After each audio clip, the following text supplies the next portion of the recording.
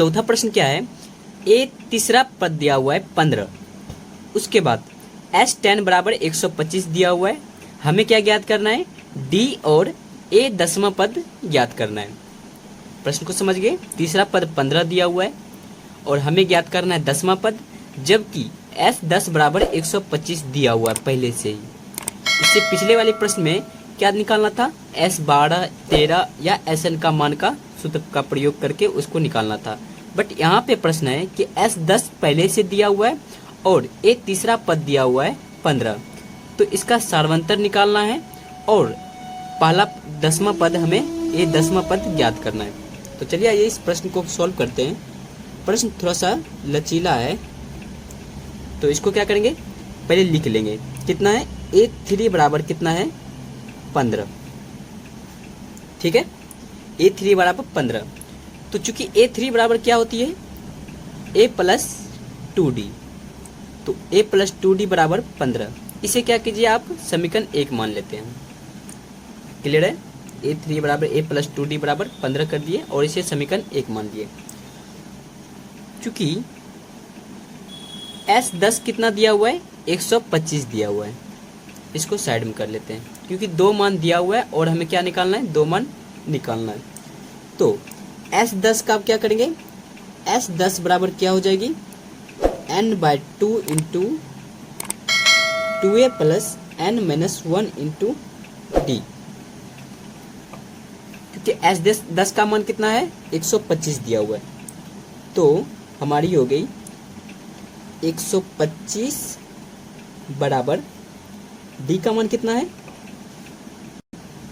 Sorry n का मान कितना है, S10 है, तो 10 बटे हो गई 2 इंटू 2a, का तो मान दिया हुआ नहीं है क्योंकि A3 दिया हुआ है, तो 2a प्लस n का मान कितना है, 10, तो 10 में -1 इंटू डी का मान कितना है, डी है सिर्फ, तो इसको क्या करेंगे, ब्रैकेट कर लेंगे। तो हमारी हो गई 125 बराबर 5 दूनी 10, तो 5 इंटू 2a प्लस 9d, ठीक है, ये गुणाम है, इसको क्या करेंगे, बराबर के इस पार कर लेंगे। तो 125 बटे 5 बराबर 2a प्लस 9d, तो कितनी बार में कटेगी, 25 बचे 125, तो हमारी हो गई 2a प्लस 9d बराबर 25। इसे क्या कीजिए आप समीकरण 2 मान लेते हैं। क्लियर है, यहाँ तक समीकरण 1 मान लिए और 2 मान लिए, 2 समीकरण हम निकाल चुके हैं अभी तक। अब क्या करेंगे, समीकरण 1 से चलेंगे, तो यहाँ पे लिखेंगे समीकरण 1 से। तो समीकरण 1 क्या है, a प्लस 2d बराबर 15, तो a प्लस 2d बराबर 15, तो यहाँ पे a बराबर लिख सकते हैं 15 माइनस 2d, क्योंकि ये प्लस में और इधर करेंगे तो माइनस हो जाएगी। a बराबर कितने मान आ गई, 15 माइनस 2d। अब यहाँ पे क्या किए, a का मान अभी फिलहाल के लिए निकाल लिए। अब क्या करेंगे, a का मान जो है समीकरण 2 में रख देंगे, जो समीकरण 2 निकालने हैं उनको क्या करेंगे, यहाँ पे मान उसका पुट कर देंगे। तो यहाँ पे लिखेंगे समीकरण 2 में a का मान निकालने,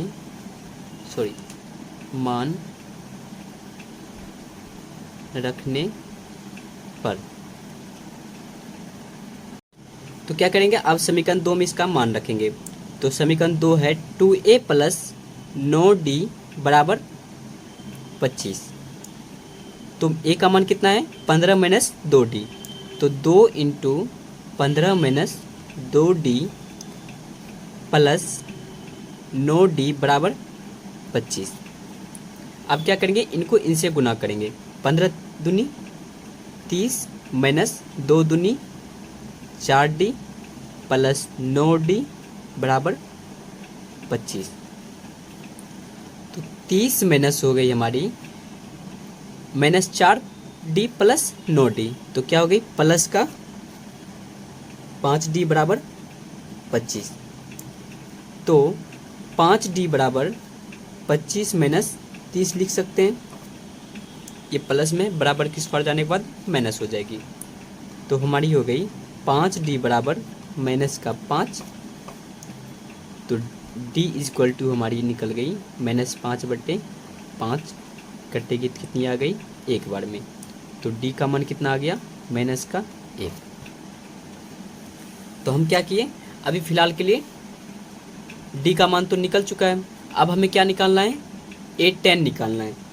तो a10 निकालने के लिए क्या करेंगे, a का रहना जरूरी है, तो क्योंकि प्रथम पद नहीं दिया हुआ है तो क्या करेंगे d के थ्रू a का मान निकालेंगे।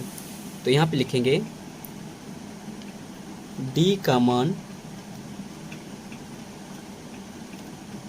समीकरण 1 में रखने पर, d का मान समीकरण 1 में रखने पर। तो समीकरण 1 क्या है, a + 2d बराबर 15। तो a + 2d बराबर 15, तो d का मान यहाँ पे रखना है। तो a + 2 गुना d का मान कितना आया है -1 बराबर 15। ठीक है, अब क्या करेंगे, यहाँ पे इनका मान तो रख दिए, अब इसका मान कम निकालेंगे वैल्यू।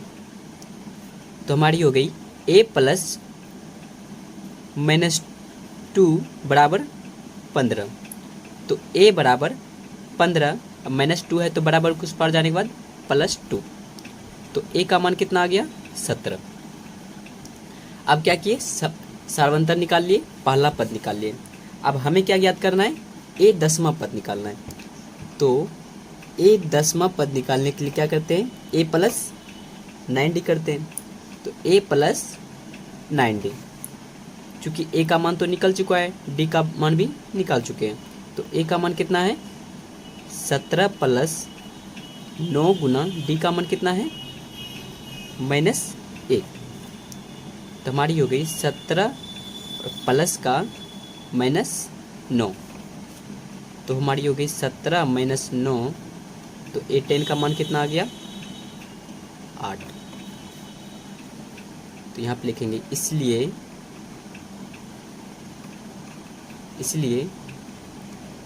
d बराबर -1 और a10 बराबर 8। यही हमारी हो गई फाइनल आंसर।